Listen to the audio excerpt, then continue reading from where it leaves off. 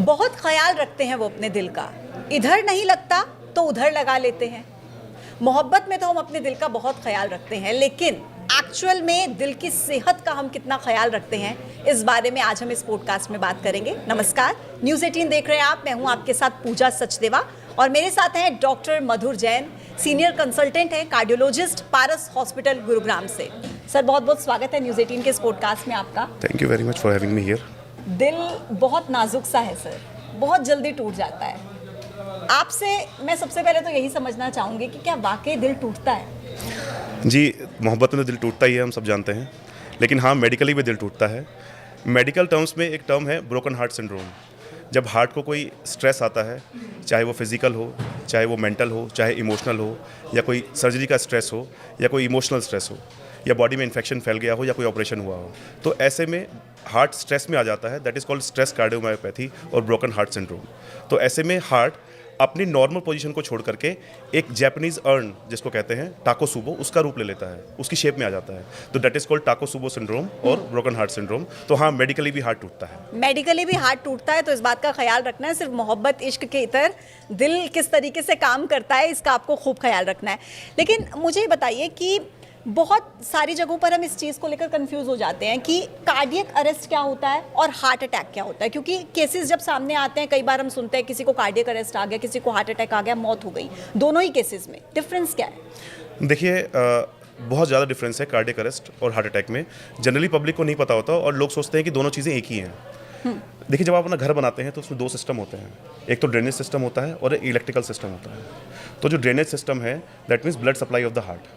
जब उसमें प्रॉब्लम होती है, तो जो प्रॉब्लम होती है उसे कहते हैं हार्ट अटैक। और जो इलेक्ट्रिकल सिस्टम होता है, जो हार्ट को पावर देता है चलाने के लिए, जब उसमें सिस्टम में प्रॉब्लम होती है तो उस प्रॉब्लम को कहते हैं कार्डियक अरेस्ट। तो that is called sudden cardiac arrest. और दोनों ही केसेस इतने कॉम्प्लिकेटेड होते हैं कि डेथ के चांसेस बहुत हाई होते हैं। देखिए, थोड़ा थोड़ा डिफरेंस है। सडन कार्डियक अरेस्ट मतलब सडन मतलब अचानक, कार्डियक मतलब हार्ट, अरेस्ट मतलब बंद हो गया। तो सडन कार्डियक अरेस्ट में सीधा सीधा आदमी खड़ा होगा और एक लॉग की तरह, एक लकड़ी के डंडे की तरह एकदम से गिर जाएगा एंड खत्म। तो ऐसे केसेस में हमें सीपीआर करना चाहिए। तो सीपीआर एक उसका ट्रीटमेंट होता है। लेकिन हार्ट अटैक में क्या होता है कि एक आदमी बैठा होगा, उसको चेस्ट में पेन हो रहा होगा, उसको पसीने आ रहे होंगे, घबराहट हो रही होगी और उसको सांस फूल रहा होगा। तो उसमें हमें टाइम लगता है। पेशेंट हॉस्पिटल तक पहुंच सकता है, हेल्प के लिए बोल सकता है, दूसरा आदमी उसको पकड़ सकता है, खुद हॉस्पिटल जा सकता है, सेल्फ ट्रीटमेंट ले सकता है, कुछ भी। लेकिन कार्डियक अरेस्ट में मौका नहीं मिलता, क्योंकि सीधा आदमी खड़ा हुआ एकदम से। अच्छा, कई बार डॉक्टर मथुर, हम ऐसे केसेस देखते हैं कि एक बार हार्ट अटैक आया लेकिन इंसान ने हील कर लिया, फिर दूसरी बार हार्ट अटैक आया, फिर हील कर लिया। लेकिन जब ये चांसेस बढ़ जाते हैं कि 3 बार हार्ट अटैक आ गया, चौथी बार हार्ट अटैक आ गया, तो इंसान बचा नहीं पाता खुद को। और कुछ केसेस ऐसे होते हैं जिसमें पहले ही हार्ट अटैक में मौत हो जाती है। तो ये क्यों होता इसमें है? कई चीज़ें डिपेंड करती हैं कि पहला तो severity of heart attack first time में क्या था, नंबर 1। नंबर 2, कितनी जल्दी हार्ट अटैक आने के बाद मेडिकल हेल्प दी गई, कितनी जल्दी जो ब्लॉकेज आई जिसकी वजह से हार्ट अटैक था, कितनी जल्दी वो खुली, कितना कम लॉन्ग टर्म डैमेज हुआ। अगर पहली बार में ही ज़्यादा डैमेज हो गया, दूसरी बार में और होगा, तीसरी बार में और होगा, तो अल्टीमेटली हार्ट का फंक्शन, जो कि जिसको कहते हैं इजेक्शन फ्रैक्शन, जो कि 60% होता है, जिसको कि हम इको से नापते हैं, तो वो धीरे धीरे धीरे करके कम होता जाता है। और अगर वो कम होता जाता है तो फिर हार्ट फेलियर में पेशेंट चला जाता है और बार बार हॉस्पिटलाइजेशन और दिक्कतें आती हैं। अच्छा, यूथ में बहुत ज़्यादा केसेस बढ़ रहे हैं। बहुत ये मतलब चिंता वाली बात है कि यूथ बहुत ज़्यादा हार्ट अटैक की वजह से मौत का शिकार हो रहा है। अगर एक नॉर्मल पर्सन है जिसको कभी इस तरीके की कोई प्रॉब्लम नहीं हुई, या एक हेल्दी लाइफस्टाइल वो मान रहा है कि मैं जी रहा हूँ, तो उसको अगर ये चेक करना है कि मेरे हार्ट में कितनी ब्लॉकेज है, मेरे हार्ट की हेल्थ कैसी है, तो किस तरीके से वो देख सकता है ये? देखिए, सिंपल आजकल प्रिवेंटिव हेल्थ चेकअप बहुत जगह, हर हॉस्पिटल में, हर लैब में, हर जगह होते हैं। तो एक सिंपल अपनी एज के हिसाब से प्रिवेंटिव हेल्थ चेकअप डॉक्टर से पूछने के बाद, एक कार्डियोलॉजिस्ट नहीं तो एक फिजिशियन से पूछने के बाद एक चेकअप करा सकते हैं। और आजकल अगर फैमिली हिस्ट्री है, किसी के मदर, फादर, अंकल, आंट या ब्रदर सिस्टर्स में किसी को हिस्ट्री है, या उसको ऐसे कोई रिस्क फैक्टर्स हैं जिसकी वजह से उनको हार्ट अटैक आने के चांसेस हैं, तो डॉक्टर में एडवाइस फर्दर टेस्ट लाइक एको या सीटी स्कैन भी, आजकल सीटी कोरोनरी एंजियोग्राफी और सीटी कैल्शियम स्कोर भी है, जिसकी वजह से हम पता लगा सकते हैं कि हार्ट में ब्लॉकेज है या नहीं। तो अगर मान लीजिए मैंने एक टेस्ट कराया और मुझे उसमें पता लग गया कि मेरे हार्ट में ब्लॉकेज है, इतने % ब्लॉकेज है, उसको मैं हील करा सकती हूँ, वो ठीक हो सकता है?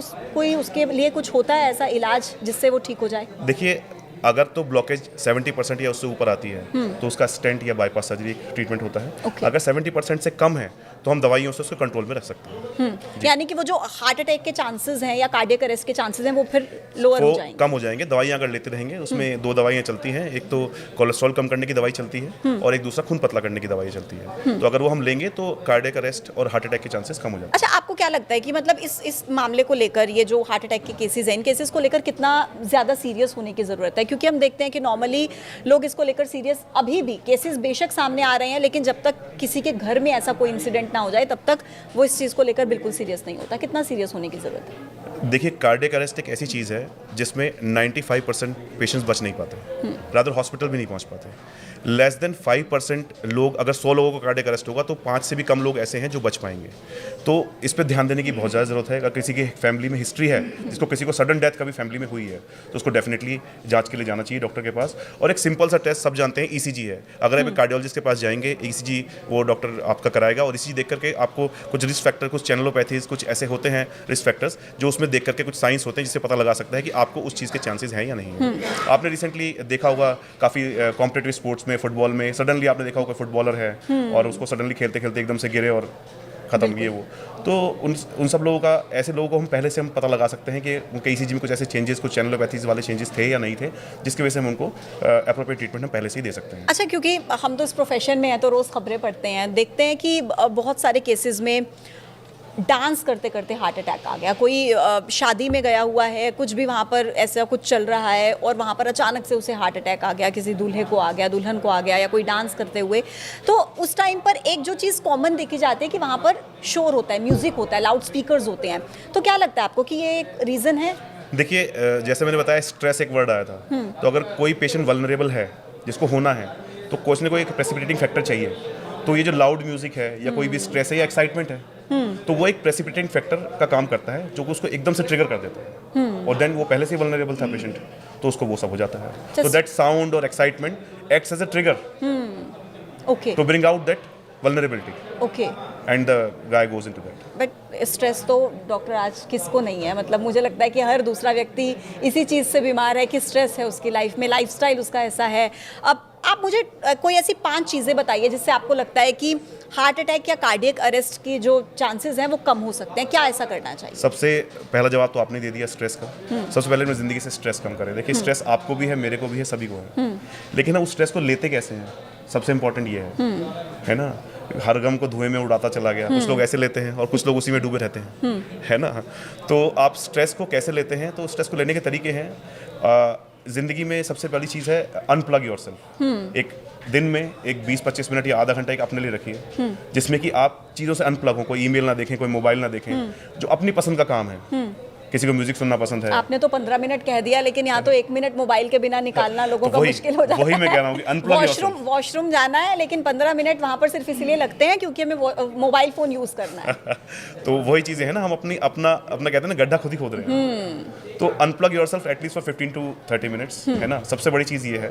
तो वो आपको स्ट्रेस को बस्टर करने में, स्ट्रेस बस्टर का सबसे बड़ा तरीका यही है कि live for yourself and unplug yourself from the surroundings for at least 15 minutes to 30 minutes। अच्छा, लोगों को मतलब जैसे आप कह रहे हैं कि फ़ोन से खुद को अनप्लग कर लीजिए, या जो भी इलेक्ट्रॉनिक आइटम्स आप यूज़ कर रहे हैं, आजकल तो बहुत ज़्यादा सभी यूज़ कर रहे हैं, फ़ोन से खुद को 15 मिनट अलग जैसे ही किया वैसे ही लगता है लोग बोर हो गए, अब क्या करें, कुछ करने के लिए नहीं है। पहले होता था आउटडोर एक्टिविटीज़ इतनी होती थी, बाहर चले गए, दोस्त बुला रहे हैं आ जाइए, क्रिकेट खेलनी है, बैडमिंटन खेलना है, चले गए। लेकिन अब तो सब कुछ फ़ोन में लूडो खेल रहे हैं। तो वही है ना, उसी चीज़ में वापस जाना है। कैसे खुद को मतलब इतना मोटिवेट करें कि भाई बोर नहीं होना। जब आप छोटे थे तब तो आपके पास मोबाइल नहीं था। तब आप क्या करते थे? उन चीज़ों को एक्सप्लोर कीजिए। हो सकता है आप म्यूजिक सुनते हो सकता है आप डांस करते हो सकता है आप अपना गिटार बजाते हो सकता है आपके घर में बच्चे हो, आपको बच्चों के साथ खेलने में मजा आता हो सकता है उनको होमवर्क कराने में आपको मजा आता हो सकता है अपने पुराने दोस्तों से फोन पे ही चलो बात करने में मजा आता हो। तो वही आप चीज ढूंढिए जिसमें आपका इंटरेस्ट था, आपके बचपन में इंटरेस्ट था। अच्छा, उसी को आप बढ़ाइए। तो डॉक्टर मधुर, आप शायद मेरी बात से सहमत हो। अभी हम देखते हैं कि आजकल की जो जनरेशन है, पेरेंट्स की भी जो जनरेशन है, वो अपना समय निकालने के लिए, कि मी टाइम जिसको वो बोलते हैं, वो निकालने के लिए वो अपने बच्चों को भी क्या करते हैं, उनके लिए सबसे ईजी है कि फ़ोन दिया बच्चों को, फ़ोन यूज़ करेंगे बच्चे और टाइम निकल जाएगा, हम अपना काम करते रहेंगे, किचन में जो करना है, हमें जो भी करना है, और बच्चा फ़ोन में लगा है। और इसीलिए मेरे पास एक डेटा है, मैं यहाँ पर वो ज़रूर डेटा बताना चाहूँगी। मैंने देखा कि बच्चों के अंदर जो केसेस हैं, मतलब 5 ईयर से जो कम के बच्चे हैं, उनके अंदर भी हार्ट अटैक के केसेस बढ़ रहे हैं। क्या ये भी एक रीज़न है कि माँ बाप फोन का यूसेज देखिए हार्ट ज्यादा अटैक कराते हैं तो हमसे। पहली बात तो मैं कहूँगा हार्ट अटैक ना कह करके कार्डियक अरेस्ट कहा जाए, क्योंकि हार्ट अटैक होना ओके। बड़ा मुश्किल है 5 ठीक साल है, से कम के बच्चों में। तो 2000 तक केसेस ऑफ कार्डियक अरेस्ट जो कि हमने अभी डिस्कस किया था। ठीक है। और दूसरा सवाल क्या पूछा आपने, सॉरी? दूसरा सवाल मेरा ये कहा क्या, ये मोबाइल फोन्स उसके पीछे एक बहुत बड़ा रीजन है? नहीं, डेफिनेटली अब सेडेंटरी लाइफस्टाइल है। पहले बच्चे, हम लोग जब छोटे थे तो पार्क में जाते थे, बाहर जाते थे, बच्चों के साथ खेलते थे, फिजिकल एक्टिविटी थी। आजकल बच्चों में ओबेसिटी की प्रॉब्लम बहुत ज़्यादा हो रही है, जंक फूड खाने की प्रॉब्लम बहुत ज़्यादा हो रही है। वो मोबाइल भी उसका एक फैक्टर है। मोबाइल पर रहेंगे, बाहर नहीं जाएंगे, फिजिकल एक्टिविटी नहीं करेंगे, मोटापा होगा, तरह तरह की बीमारियां होंगी, जल्दी आजकल डायबिटीज़ हो रही है। आजकल 25, अभी मैं एक पेशेंट देख के आया हूँ, 25 साल की उम्र में उस ब्लड प्रेशर की 4 दवाइयाँ ले रहा है लड़का, है ना। तो ये सब चीज़ें हैं, तो मोबाइल भी उसका एक फैक्टर है। सेडेंटरी लाइफस्टाइल, आप चलेंगे नहीं, फिरेंगे नहीं तो कैसे चलेगा काम? तो एक्सरसाइज, आपने कहा था 5 चीज़ें बताओ, उसमें से एक चीज़ एक्सरसाइज भी है। और sleep, sleep, adequate sleep, exercise, unplug yourself and rejuvenate yourself. कितने घंटे एक नॉर्मल इंसान को नॉर्मल जिंदगी में हर रोज सोना चाहिए? सोना 6 से 8 घंटे की sound sleep without any disturbance is must. अच्छा, अगर मान लीजिए कोई ऐसे प्रोफेशन में है कि उसकी नींद किसी भी रीजन से पूरी नहीं हो पा रही है, तो क्या करे वो? देखिए, ऐसा प्रोफेशन छोड़ देना चाहिए मुझे लगता है। कोई ऑल्टरनेट जॉब ढूंढनी चाहिए, क्योंकि अगर आप सोएंगे नहीं तो रिजुविनेट कैसे होंगे? आपकी जो बॉडी की सेल्स हैं जो वो थक गई हैं, वो अपने आप में एनर्जी गेन कैसे करेंगे? आपका माइंड जो है वो कभी आपका नॉर्मल एक्टिविटी कर ही नहीं पाएगा। तो you will always be on, you need two of your self for at least for 6 to 8 hours। Right, very, ये बिल्कुल इंपॉर्टेंट पॉइंट है जो आपने डिस्कस किया। और अगर ऐसा कोई प्रोफेशन है आपका कि आप 6 से 8 घंटे नहीं सो पा रहे हैं, तो डॉक्टर मधुर कह रहे हैं प्रोफेशन छोड़ दीजिए, लेकिन सोना मत छोड़िए, क्योंकि सोना बहुत इंपॉर्टेंट है। अच्छा, जब जैसा आपने बताया वजन बढ़ जाता है, थायराइड की समस्या, क्योंकि वजन बढ़ने से बहुत सारी समस्या आपको ऐसे ही घेर लेती हैं, तो उस टाइम पे आप जाते हैं डॉक्टर के पास, डॉक्टर से पूछते हैं कि हम क्या करें, तो डॉक्टर आपको बताते हैं कि आपको ये नहीं खाना है, ये नहीं पीना है, आप अपना रिफाइंड ऑयल का यूज़ मत कीजिए, आप सरसों के तेल में सब्जी बनाइए। फिर सरसों के तेल में अगर आपको सब्जी बनानी है तो आप कच्ची घानी का तेल यूज़ कीजिए। क्या करें हम, मतलब? देखिए, मैं इसमें ये कहता हूँ कि लोग मेरे से पूछते हैं डायरेक्ट सवाल कि भाई कौन सा ऑयल सबसे अच्छा है। मैं उनसे कहता हूँ ये आप मुझे बताइए, आपके दादाजी कौन सा ऑयल खाते थे और उनके दादाजी कौन सा ऑयल खाते थे? तो आपका जेनेटिक मेकअप जो है उसी ऑयल के लिए बना हुआ है, तो बेटर है वही ऑयल यूज़ करें, नंबर 1। नंबर 2, अब सवाल आता है कितना यूज़ करें? एज लो एज पॉसिबल, जितना कम यूज़ कर सकें उतना यूज़ करें। देखिए, कोई भी ऑयल एब्सोल्युटली ख़राब नहीं है, सब में कुछ ना कुछ पॉजिटिव थिंग है। कोई एंटीऑक्सीडेंट है किसी के अंदर कोई मिनरल है, किसी के अंदर कोई चीज़ है। लेकिन इसीलिए आजकल एक नया कंसेप्ट आया है, चेंजिंग ऑफ ऑयल्स। अगर आपके घर में 2 सब्जियां बन रही हैं, एक सब्जी एक ऑयल में बनाइए, दूसरी सब्जी एक ऑयल में बनाइए। और दूसरा कंसेप्ट, अगर आप एक सब्जी बना रहे हैं, उसमें 2 चम्मच आपने घी डाला, आपकी फैमिली में 4 मेंबर्स हैं, तो कितना है? आधा चम्मच आया। तो it is the quantity which matters, and changing of oil is very important thing. अच्छा, ये बताइए कि माँ के प्यार का मतलब हमारे देश में ये होता है कि वो आपको खिलाए जाना है, मतलब आपको पहले एक पराठा दिया, आपने कहा कि मेरा पेट भर गया, कि नहीं एक और ले ले, तो माँ का प्यार यही होता है। तो ये सच में माँ का प्यार है क्या? ये मुझे लिटरली, मैं चाहती हूँ कि आप क्लियर करें। नहीं, माँ का प्यार है, लेकिन बिना घी के भी हो सकता है। सब्जियाँ हो सकता है, आप माँ का प्यार सैलेड से भी आ सकता है, माँ का प्यार फ्रूट्स में भी आ सकता है, और माँ के प्यार में हम कम घी डाल सकते हैं सब्जियों में, और हम ऑयल चेंज कर सकते हैं। बिल्कुल, मतलब माँ के प्यार पर देखिए कोई सवाल नहीं है, लेकिन माँ के प्यार के तरीके बदले जा सकते हैं। ये बहुत इंपॉर्टेंट है, क्योंकि अभी देखिए, अच्छा, जो बहुत सारी कंपनीज हैं, अब उन्हें भी पता लग गया है कि मार्केट में हम देख रहे हैं, हमारी सोसाइटी में ये सब दिक्कतें हो रही हैं आज के यूथ को, तो उन्होंने बड़ा अच्छा एक तरीका ढूंढ लिया है कि एडवर्टीजिंग का, कि आप ये ऑयल खाइए और इसमें लो कोलेस्ट्रॉल है और इससे आपके जो दिल की सेहत है वो बहुत सही रहेगी। ये सिर्फ मार्केटिंग टेक्निक्स हैं या वाकई कुछ डिफरेंस होता है? देखिए, these all are marketing techniques. जो ऑयल है वो तो ऑयल ही है, चाहे सरसों का तेल है, जो आप बनाए मैं बनाए, उसकी मोटा मोटी क्वालिटीज वही रहेंगी। डेफिनेटली, जैसा कि मैंने बताया कि कोई भी ऑयल बैड नहीं है, कोई भी ऑयल वेरी गुड नहीं है, किसी में कुछ क्वालिटी, किसी में कुछ क्वालिटी है। तो चेंजिंग ऑफ ऑयल्स करें, बाकी मार्केटिंग गिमिक्स पे ज़्यादा ध्यान न दें। ऑयल इज ऑयल, और ऑयल कोलेस्ट्रॉल और ट्राइग्लिसराइड बढ़ाता है, जो कि हार्ट के लिए बेनिफिशियल नहीं है डेफिनेटली। तो उसकी अमाउंट को लिमिट करें, दैट्स इट। अच्छा, हम अपने घरों में जब नॉर्मली ऐसे बैठे होते हैं तो समझाते हैं घर पे लोगों को कि भाई आप प्लीज़ ये मत खाइए, ये आपकी सेहत के लिए अच्छा नहीं है, तो सामने से जवाब आता है कि अब खाने के लिए तो इतना सब कुछ कर रहे हैं ना, तो जीभ का स्वाद ही अगर नहीं आया तो फिर क्या मज़ा? मतलब जीभ का स्वाद इतना इंपॉर्टेंट है, अपने एक ऑर्गन को मतलब ठीक रखना, और बाकी ऑर्गन्स को भूल जाते हैं कि बाकी भी ऑर्गन्स हैं, उन्हें भी ठीक रखना है। तो ये बहुत बड़ी प्रॉब्लम है। लेकिन जीभ का स्वाद एक प्लेट में भी आ सकता है और 2 सर्विंग्स में भी आ सकता है। 2 चम्मच में भी आ सकता है और एक पूरी प्लेट में भी आ सकता है, तो उसको मुंह के टेस्ट को 1 चम्मच से और 2 चम्मच से भी क्वेंचिंग योर थ्रस्ट कर सकते हैं। नहीं, ये तो समझने वाली बात ये तो समझने वाली बात किस तरीके से है कि करेंगे। आपको एक प्लेट में मजा आता है कि 2 चम्मच में भी आ जाता है। ठीक है, अच्छा ये बताइए कि जिस तरीके से हम देख रहे हैं कि वार्निंग साइंस क्या आपको पहले से पता लग जाते हैं कि आपके हार्ट ने अब कुछ ना कुछ आपको ये ऐसे साइन देने शुरू कर दिया है कि कुछ गड़बड़ है, आप इसको ठीक कर लीजिए?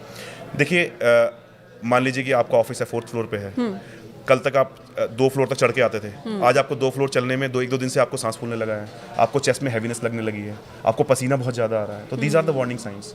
लेकिन हम सोचते हैं कि यार थोड़ा गर्मी शुरू हो गई है, मौसम ख़राब है इसलिए पसीना आ गया है, आजकल मैं कुछ ज़्यादा चल भी नहीं रहा हूँ तो मेरी कैपेसिटी कम हो गई है, तो these are the warning signs जिसको हम इग्नोर करते हैं, या हमारी मेरे को गैस हो रही है इस वजह से ऐसा हो रहा है, तो these are the subtle warning signs we should taken care of, और हमें डॉक्टर के पास जाना चाहिए और अपने ECG एको वगैरह कराना चाहिए। लेकिन जनरली कहते हैं कि डॉक्टर के पास जाएंगे, डॉक्टर इतना बड़ा पर्चा लिख कर दे देंगे, दवाइयाँ खानी है, ये करना है, वो करना है, और जनरली ऐसा बोलते हैं कि आप जितना ज़्यादा जो दवाएं हैं उनका इस्तेमाल भी कम करेंगे तो आपके लिए बेहतर रहेगा, लेकिन वो हार्ट अटैक को भी तो बचा रहा है ना। बिल्कुल, वो जो सटल साइंस थे उसके लिए आप डॉक्टर के पास गए, डॉक्टर ने टेस्ट कराया, देखा कुछ रिस्क फैक्टर्स हैं आपके पास, आप डायबिटिक हैं, आपको सटल सिम्टम्स आ रहे हैं, उसने पहले ही टेस्ट कराया, उसने दवाइयाँ दी तो आपको हार्ट अटैक रुक गया, तो वो सब चीज़ें भी देखने की हैं कि अगर रिपोर्ट आपकी नॉर्मल भी आई तो we should be taken it as a good sign. नहीं, ऐसा नहीं कि हमारा तो यार पैसा खराब हो गया, इतना पैसा लग गया, रिपोर्ट तो नॉर्मल ही आनी थी, लेकिन आपको ये भी तो पता लगा ना कुछ नहीं है कि आपकी हेल्थ इससे ज़्यादा इंपॉर्टेंट क्या होगा, ये तो बिल्कुल। अच्छा, आपके पास जनरली दिन में कितने ऐसे पेशेंट्स आ जाते हैं जिनको कुछ हार्ट से रिलेटेड प्रॉब्लम होती है? नहीं, हम तो I M A cardiologist,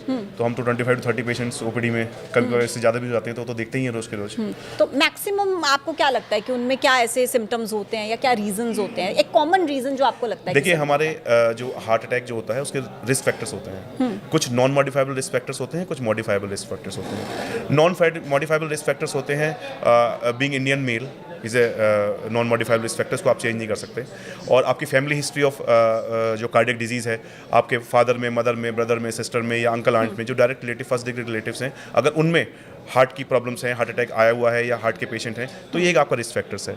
modifiable risk factor number 1 है diabetes. India is the diabetes capital of the world. World में सबसे ज़्यादा पेशेंट डायबिटीज़ के इंडिया में है, तो डायबिटीज़ होने वाले पेशेंट्स को हार्ट अटैक होने के चांसेस औरों की पॉपुलेशन के कंपैरिजन में बहुत ज़्यादा होते हैं। डायबिटीज़ है, हाइपरटेंशन यानी हाई ब्लड प्रेशर है, स्मोकिंग है, और स्ट्रेस के बारे में हमने इतनी सारी बात की। स्ट्रेस है, जो हम ये जंक फूड खा रहे हैं, ये एक उसका कॉज है, और सेडेंटरी लाइफस्टाइल। आजकल हम सब लोग प्रोफेशनल्स हैं, वर्किंग प्रोफेशनल्स हैं, ऑफिस में बैठे काम करने वाला ज़्यादा काम है, और जैसे कि हमने भी डिस्कस किया कि सारा काम मोबाइल पे ही हो रहा है, इवन लूडो भी मोबाइल पे खेल रही आ रही है आजकल। तो ये सब रिस्क फैक्टर जिसको कि हम जो मॉडिफाइबल यानी जिनको हम कंट्रोल कर सकते हैं, जो हमारे हाथ में है, अगर हम इनको कर्व कर सकें तो हम रिस्क को कम कर सकते हैं। अच्छा डॉक्टर मथुर, एक और इम्पॉर्टेंट चीज़ है, मुझे लगता है कि अभी जनरली हम देखते हैं कि एक बड़ा क्रेज़ है आजकल की जनरेशन में कि every weekend let's party, and what does the party mean?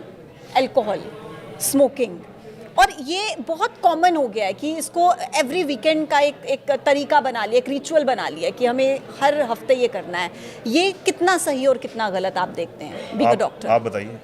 बिल्कुल, देखिए आप तो डॉक्टर नहीं हैं, आप बताइए अच्छा या खराब है। लेकिन अगर मैं बताऊंगी तो हो सकता है समझे ना, या मेरी बात को इग्नोर कर दिया जाए, लेकिन आपकी बात को इग्नोर नहीं देखिए, किया पता जा सबको है कि सकता। क्या अल्कोहल और स्मोकिंग ये अच्छा हो सकता है। आजकल हुक्का, smoked hookahs and all those things, tobacco है, राइट, तो इंजूरियस है, सबको पता है, लेकिन वो मानना नहीं चाहते। पार्टी के और भी तरीके हो सकते हैं, अल्कोहल और स्मोकिंग वाला ही नहीं। एक दोस्तों से मिलना जुलना, एक सोशल लाइफ, वो आपके स्ट्रेस को बस्ट करने में फ़ायदा करता है, तो पार्टी को उस तरह से भी लिया जा सकता है। Smoking and alcohol is not the only thing for the party. लेकिन अगर आप एक ऐसी पार्टी में चले गए जहाँ पर उस पार्टी में मान लीजिए 10 लोग हैं, 8 लोग तो वहाँ पर अल्कोहल कंज्यूम कर रहे हैं, लेकिन आप या 2 लोग वहाँ पर नहीं कर रहे, तो फिर आपको तो मान लिया जाएगा आप तो एंटी सोशल हैं। नहीं, आपको स्पेशल भी तो मान सकते हैं कि आप ही स्पेशल हैं, कि औरों से अलग हैं। लेकिन माइनॉरिटी को स्पेशल माना जाएगा? बिल्कुल माना जाएगा कि ये स्पेशल है, इनके लिए आप जो है कोका कोला मंगाइए, कोक मंगाइए। ये स्पेशल है। हाँ, कोक सही है क्या हेल्थ के लिए? नहीं, मैं ये नहीं कह रहा, बट आपने नहीं, बिल्कुल आप ठीक बोल रहे हैं, लेकिन जनरली आप ही की बात से मुझे ये क्वेश्चन आया। देखिए, कार्बोनेटेड ड्रिंक्स हैं जो भी ये जो कोका कोला, लिम्का या जो भी कोल्ड ड्रिंक्स होती हैं, कार्बोनेटेड ड्रिंक्स हैं which are definitely not good for health. ये भी जंक फूड में ही आता है। बिल्कुल। तो बेटर फ्रूट जूसेस जो होते हैं वो भी एक्चुअल वाले फ्रूट जूसेस, जो बॉटल्स वाले फ्रूट फ्रूट जूसेस होते हैं उसमें कितना आप पढ़िए उसके इंग्रेडिएंट्स में 6% फ्रूट जूस होता है, बाकी सब उसमें केमिकल्स हैं 94%। तो जो रियल फ्रूट्स होते हैं उनका जो जूस घर पे निकालते हैं, अगर वो फ्रूट जूस मिले तो दैट इज बेस्ट। अच्छा, एक और पॉइंट है जिस पर मैं डिस्कस करूंगी। मेल्स के अंदर हार्ट अटैक या कार्डियक अरेस्ट के जो केसेस होते हैं वो बहुत ज़्यादा होते हैं एज कंपैरिजन टू फीमेल्स।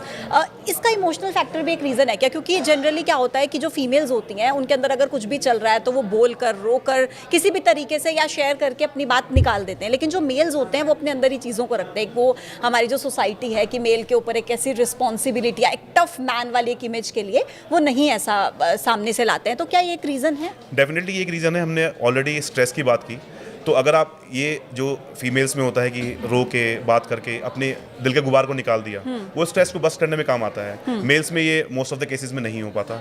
और more over Indian males heart attack के लिए ज़्यादा प्रोन है, genetically non modifiable risk factor है। तो ये और दूसरा स्मोकिंग अल्कोहल, हालांकि आजकल फीमेल्स को भी इंसिडेंस बहुत ज़्यादा बढ़ गया है, वो सारे रिस्क फैक्टर्स मेल्स में थोड़ा ज़्यादा रहते हैं। तो ये सब चीज़ों की वजह से डेफिनेटली मेल्स में हार्ट अटैक आने के चांसेस ज़्यादा होते हैं। ये एक सोसाइटल फ्रेज है जो लड़के हो रोना नहीं है, इसको चेंज करने की कितनी ज़रूरत है? क्योंकि देखिए डॉक्टर मधुर, मुझे ऐसा लगता है कि रोना इज़ ऑल्सो एन इमोशन। अगर आप खुल के हंस सकते हैं, अगर आप खुल के गुस्सा कर सकते हैं, आप खुल के कुछ भी कर सकते हैं, प्यार जाहिर कर सकते हैं, तो खुल के रो क्यों नहीं सकते? बिल्कुल, ये सोसाइटल नॉर्म जो है ये चेंज होना चाहिए, और क्योंकि ये स्ट्रेस को निकालने का, अपने दिल के गुबार को निकालने का एक बहुत अच्छा तरीका है। तो अगर आपको रोना आ रहा है, ये सभी मेल से मैं कहना चाहूँगी, तो जाइए, अगर किसी के सामने नहीं रोना है तो अकेले में जाकर रो दीजिए, लेकिन रो दीजिए और अपने दिल की जो हालत है उसको बाहर निकाल दीजिए, ताकि आपका जो हार्ट है वो ठीक रहे।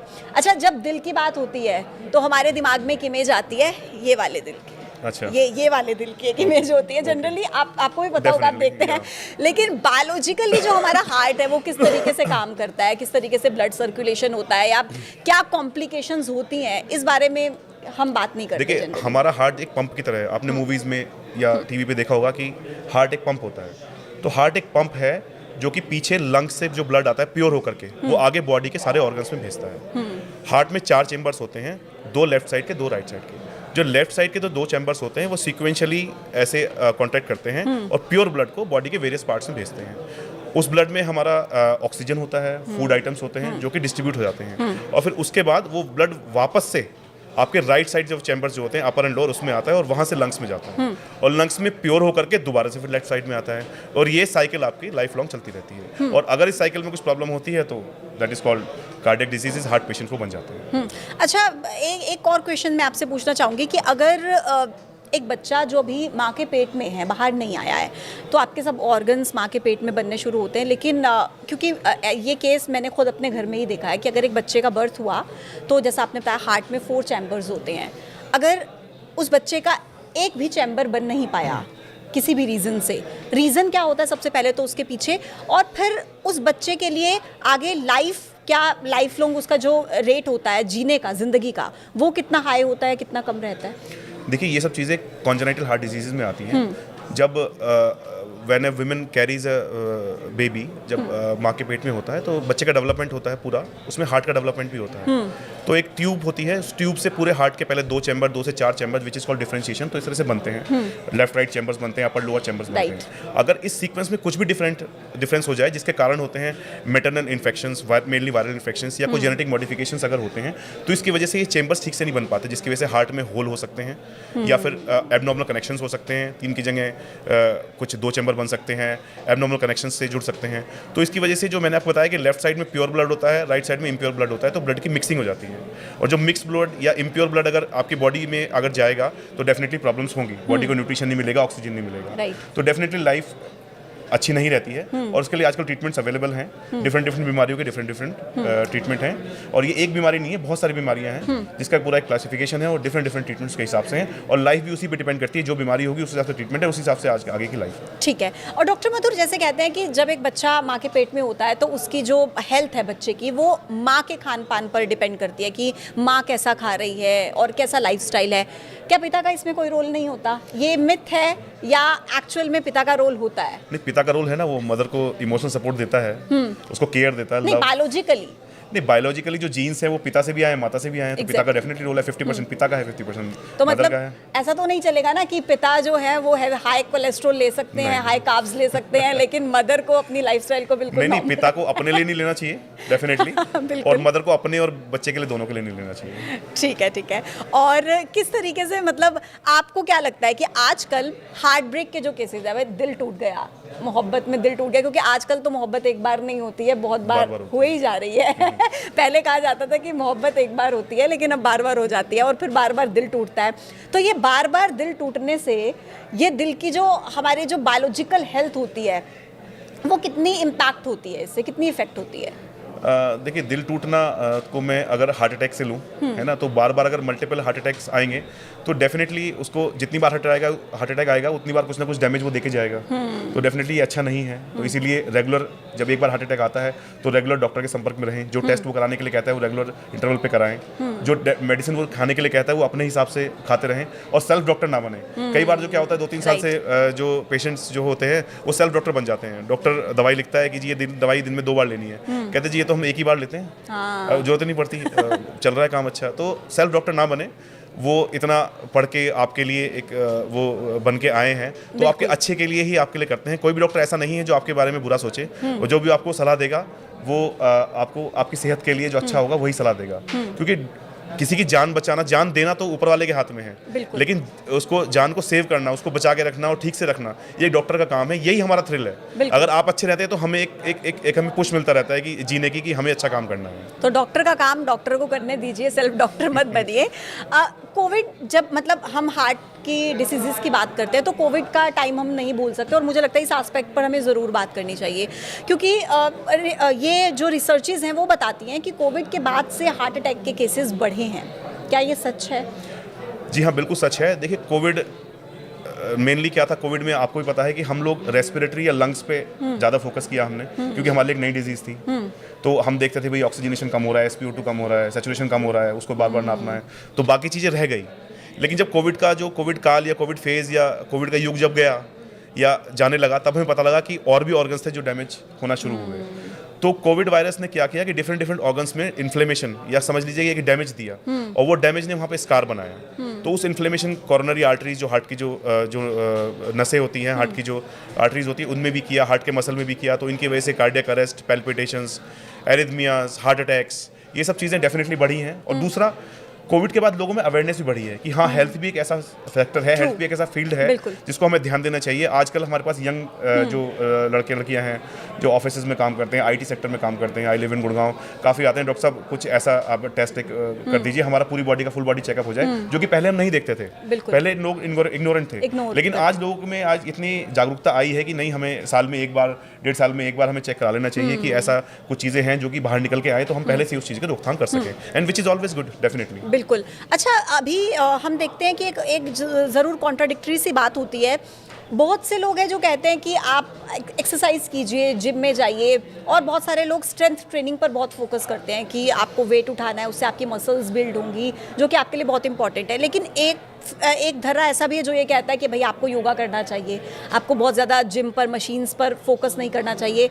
हेल्थ को देखते हुए, हार्ट की हेल्थ को आप क्या सजेस्ट करते हैं? देखिए, योगा का अपना काम है। योगा आपको मेंटल स्ट्रेंथ देगा, है ना, वो वाला उसका काम है। और जो फिजिकल स्ट्रेंथ अगर आप चाहिए तो उसके लिए आपको डेफिनेटली एक्सरसाइज करनी चाहिए। लेकिन इसमें मेरा ये कहना है कि आप 4-5 साल 6 साल से तो आपने कुछ किया नहीं, सडनली आप आज जाएं और ट्रेडमिल पे जाकर के आज तो हम फट्टे चक देंगे, तो ये वाला काम नहीं होना चाहिए। फिर यही वाला वही वाला काम होता है, आप सेलिब्रिटीज़ को देखते हैं कि वो ट्रेडमिल पे थे, एक्सरसाइज कर रहे थे, सडनली उनको अरेस्ट आ गया, कार्डियक अरेस्ट आ गया, सडन कार्डियक अरेस्ट आ गया।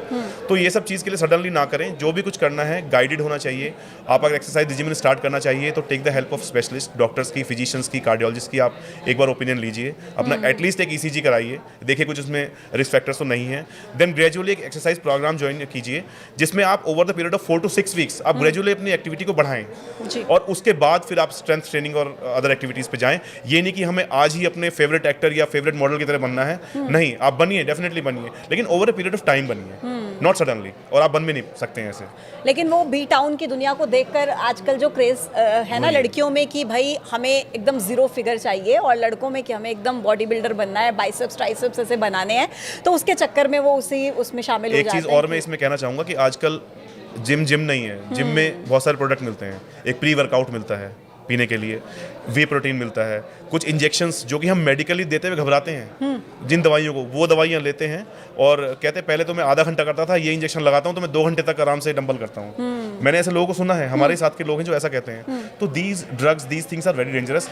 आई have never found them suitable for body till now.